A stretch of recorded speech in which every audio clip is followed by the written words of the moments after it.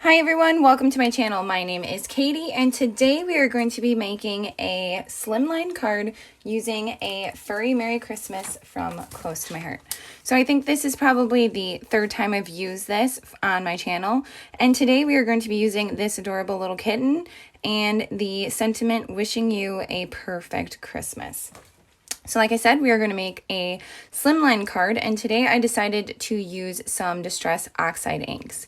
So here's just kind of a close-up. I'm hoping you can see some shimmer and sparkle that I added to it. I'm going to show you how I inked the background, how I made these cute little hills.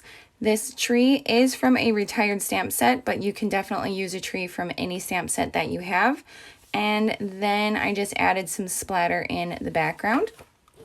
So for this, I cut out a sheet of daisy cardstock that is 3 1/4 by 8 1/4. So the bases that Close to My Heart sells ends up being a 3 1/2 by 8 1/2 slimline. So I just wanted a little bit of the white border. So that's why I went ahead and cut this out just a little bit less. And I didn't use distress paper, I just used the regular Close to My Heart cardstock. So the colors we're going to be using for the Distress Oxide ink for the background are Peacock Feathers, Seedless Preserves, and Picked Raspberry. So I wanted to give kind of a different color for the background, and I went on YouTube kind of looking on inspiration for what colors to use that are kind of different Christmas backgrounds. And I do apologize, the camera is attached to my table, so it might wiggle a little bit during this process, but I wanted to look up different kind of backgrounds. So I went on YouTube and I found an amazing creator called Homemade Not Hallmark. There we go. And she does an amazing job, and she actually did this color combination, and I thought it just turned out so pretty. So that is where I got the color combination background from. I think last year when I did some cards with those adorable gnomes that Close to My Heart came out with, I stayed with more of the darker kind of purpley blue tones, and this year I added this little pop of pink, and I think it's just such a fun addition. Now, technically, I don't have to do the entire background because it will be covered with the little hills. But just to show you how I am doing this, I'm going to go ahead and just do the entire background. So with the Distress Oxide inks, I always like to use a piece of Teflon underneath, just so I don't get my desk all messed up.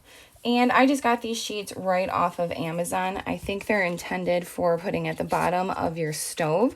So when you bake, if something kind of bubbles over, it'll catch it. But I use it in my craft room. I use it for this. And then I also use it when I am making shirts or other items where I'm using my heat press. I put a clean one of these in between. And I do have separate ones for my inking crafty, and then also for the shirts and whatnot. So since I still only have 2 of these guys, I'm going to be switching them out, but it's really not that hard. And just going off of the paper and then just kind of moving over. I think I am going to add more of these little handles to my Christmas list because I could definitely use a few more. I don't want to go absolutely crazy, but I think if I had 2 more, it'd probably make it really easy. I typically use about 3 to 4 colors when I am doing the Distress Oxide, so that'll definitely help. And I did notice that Tim Holtz and Ranger, they actually came out with different little pads. So they have domed pads now, so I'm curious how those are and how they work. So if you've used the dome ones, do you like them better than the flat ones? Do you like the flat ones better? Which ones seem to be more durable or hold up? I just thought they looked really cool, and I haven't been able to get a chance to use them yet. So also when I am doing the Distress Oxide ink blending, I like to just use a piece of scratch paper so I can put pressure on the paper so it doesn't slide everywhere. If you put your hand directly onto the paper, it doesn't matter if it's clean, your hands are clean or not. Any sort of oil that is on your hand will definitely show up, and we want to kind of try to avoid that. So I really do like these Distress Oxide inks. They blend so nice. And again, this is just regular cardstock from Close to My Heart. This isn't even Distressed Oxide ink or Distress Oxide paper, which we do also sell, and you know, Tim Holtz Ranger kind of carries that as well. But I'm just going to go ahead and use it right on the regular cardstock, and it's working beautifully. It's blending, it's showing up smooth. I'm not seeing any blotches anywhere. So this is definitely nice to know that you can just use it right on our regular white cardstock. And I have a feeling it would show up really nice on the vanilla cardstock too, and it would just be kind of a little darker versus as bright. Just gonna go ahead and get this last part kind of blended in. So I like to put the colors down one at a time and then just kind of go over top of those areas. So right here I'm taking the pink to blend with the purple. Over here I took the purple to blend with the blue, and you get this really fun kind of sun setting ombre effect. So here is kind of the final look of this. So the card is going to go from the pink to the purple to the blue, and you can see that it makes that darker kind of shade right there too, and it's just really pretty ombre effect. The only thing with Distressed Oxide inks is they do take a while to dry. So I actually went ahead and already created another one just to kind of save time. So I'm just going to go ahead and kind of get this all set to the side. I do have a wet wipe right here, which I'm going to get another one. I just use the Lysol wipes and just wipe it down just so the next time I'm inking on this, I don't get my next project all gross. So it will kind of stain a little bit, but once you wipe off the main part of the surface, that part will never come off again. So just go ahead and get that put to the side. And then here's the one that I made earlier. So it's the same exact color scheme from the pink all the way up to the blue on the top. So I did cut out a few of these hills. So these hills are actually from a retired thin cut. And the thin cut is the fancy borders. So I used this one right here, which you can see is actually upside down. So this one right here created that.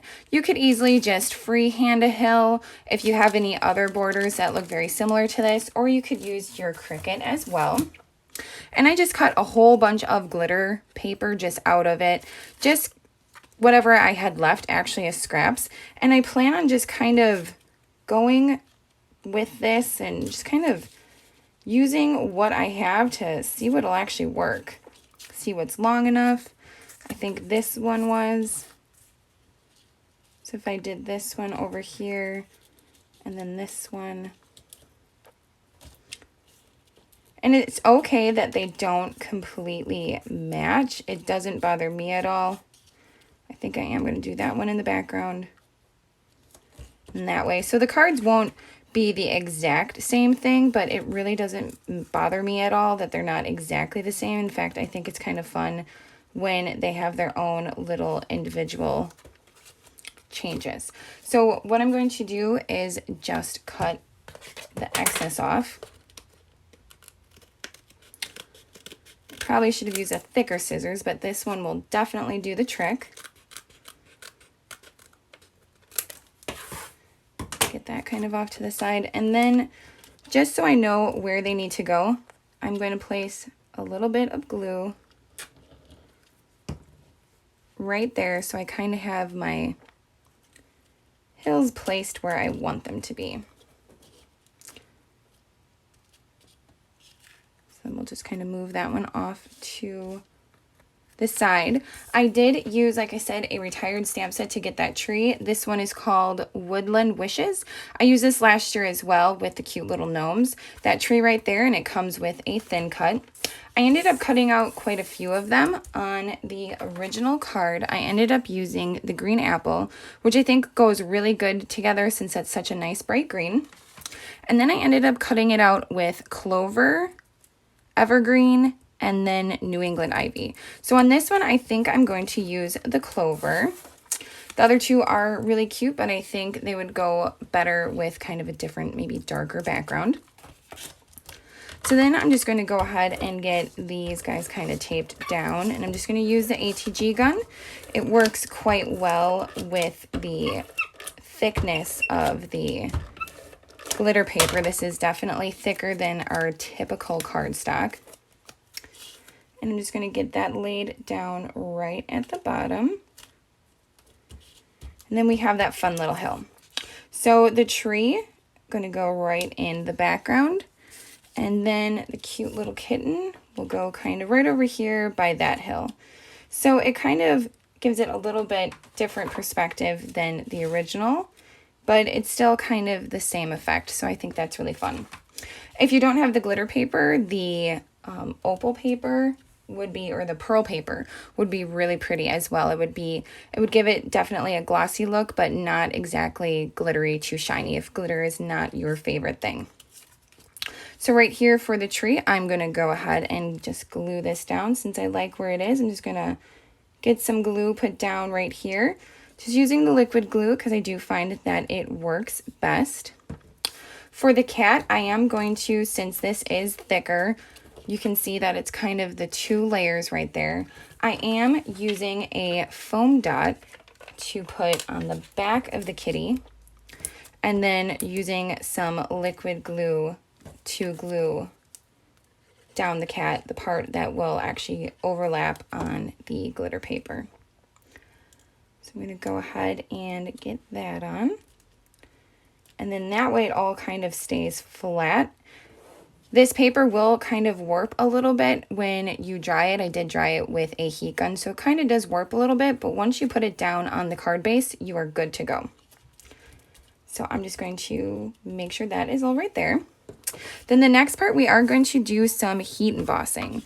So I am going to use this anti-static pouch and just kind of dab it around a little bit just to make sure that none of the embossing powder kind of flies everywhere.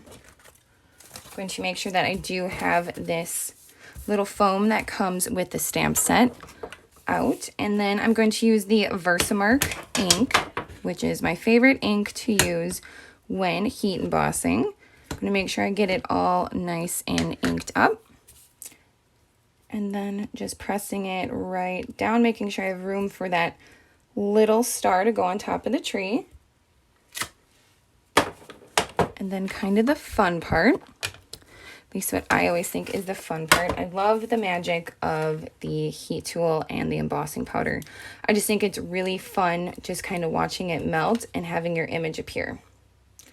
So this is just white, and I'm going to take I'm just going to take my hand, I think, but I do usually have a brush or something to kind of get the rest of it off because I don't want that kind of showing up.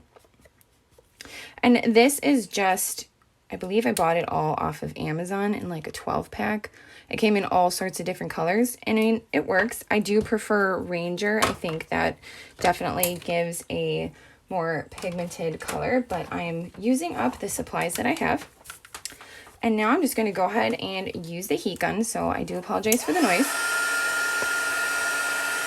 And what I like to do when I use the heat gun is to start on the front and then flip it over and kind of heat up the back. And I know I got this tip, I believe, from Erin, who is Crafty Concepts with Erin. She always does this, and I just thought that was such an ingenious thing to do. And it helps with less warping, but this paper is kind of warped because I quick dried it with the heat gun earlier. If you do have time or patience, you can definitely just let the paper dry overnight once you're done with the distressed oxide inks. So, but there is that fun little saying, and it's all white and kind of puffy looking. I just love it. I think embossing powder is just absolutely amazing. So for the next effect of this, I wanted to add some snow. And I will be perfectly honest, I was not happy with the way the snow looked on my first card. And I don't know if it was because the Distress Oxide wasn't as dry as I thought it was, although I had no problem using the ink up here.